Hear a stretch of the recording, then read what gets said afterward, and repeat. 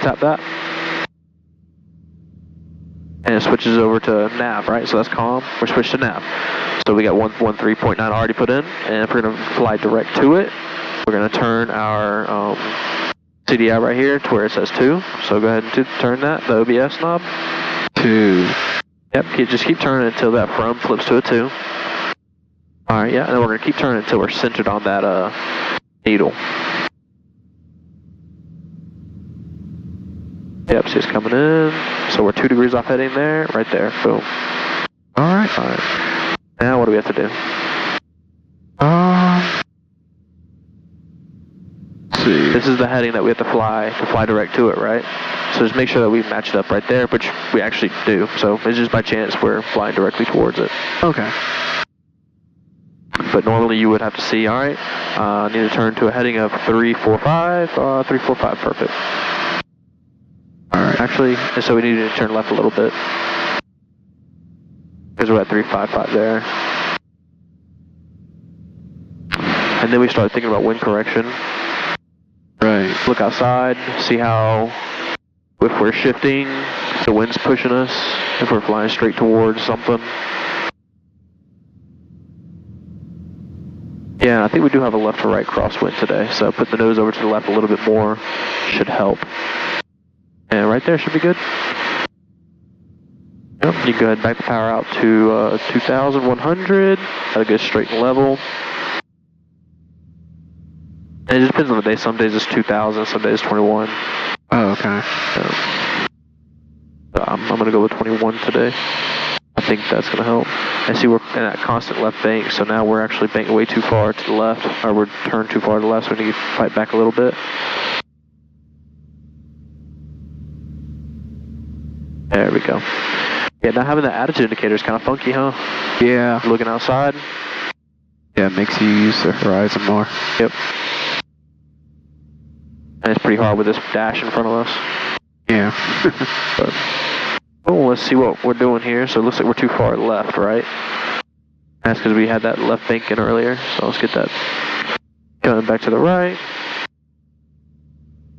And since our directions were to fly direct to it, we can still turn the OBS knob so whatever's straight to it. So you can go ahead and turn it and get it centered back up. Yep, now what heading do we need to turn to get that? Looks like 370. See, we're in that constant left bank again? Yep. Gotta go this way. Hey, what? To the right. Yep. A little bit. Just a little bit. Have you ever flown over a VOR?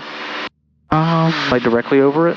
No, I don't think I have. Right, so VOR has different errors. One of them is cone of confusion. And that pretty much just means whenever you pass over the top of a VOR, its signals are going out in radials, and so it doesn't go straight up. It goes out. So when you pass over the top of it, it confuses our systems, and you'll see what happens when we pass over it. It kind of go weird. Okay. Have you ever used DME, distance measuring equipment? No. No? So you probably always just substituted it with GPS? Yeah. Yeah. So the way we do that in here is we go back. We're going to hit waypoint information, VOR, and we already have IRQ here just by chance because that's what we used last flight. So we press IRQ, direct, and what that does is flies us direct to it, but also it gives us our distance from it. So we can just leave, a direct to there, and then we have our distance from it. So if we decide to fly a different radial, we still have our DME. Okay.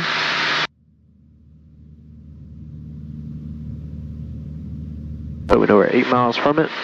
We got our needle centered here.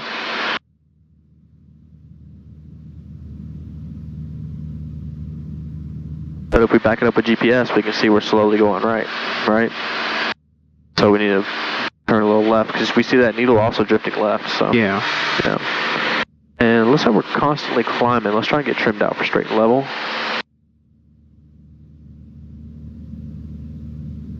We got 22 RPMs in, so let's back that out a little bit more. It's going to be hard to maintain straight and level at 22. There we go, that'll be good. I know it's pretty gusty, so airspeed's going to be jumping up and down, so yeah, just do the best you can.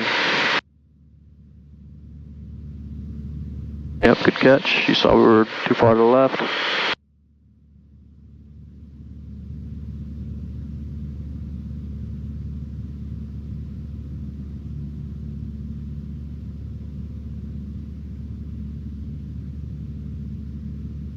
Looks like our attitude indicator came alive. Take it down for now.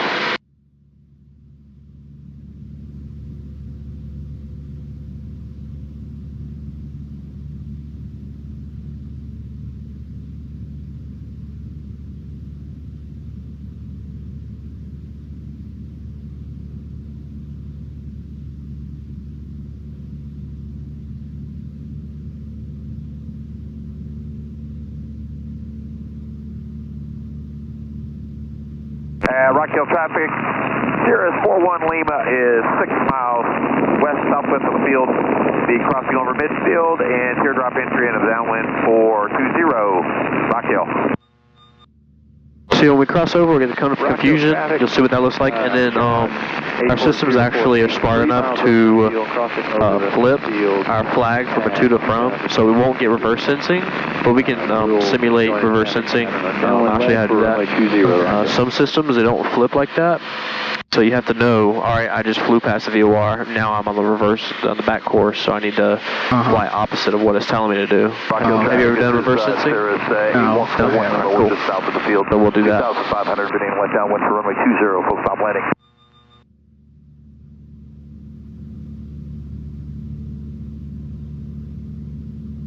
Yeah, when it's windy like this, we don't really want to do takeoff and landings, you know? Yeah. So just find something else to do. We can talk about VORs. Okay.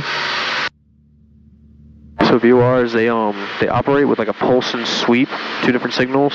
It pulses, and our systems pick up that pulse, and then it's got a sweeping signal that is going around in radials, and so it's got a timer as it starts to sweep, and then when it gets to us, it measures how long it took, and that's how it knows what radio we're on. Oh, okay. So that's how that works. Yeah.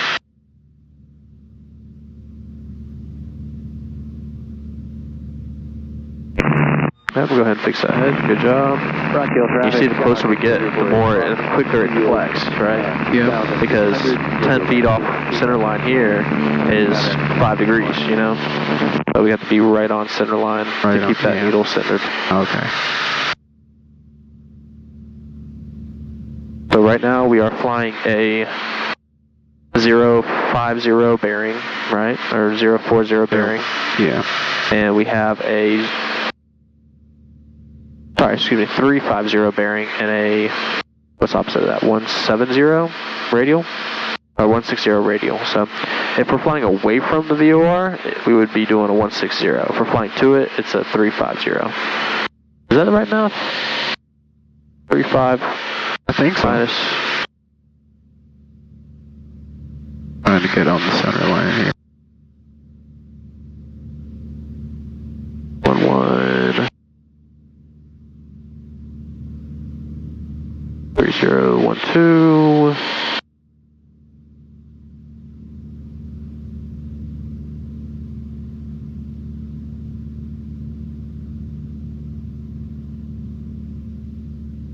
Hey, Roger, Unicom.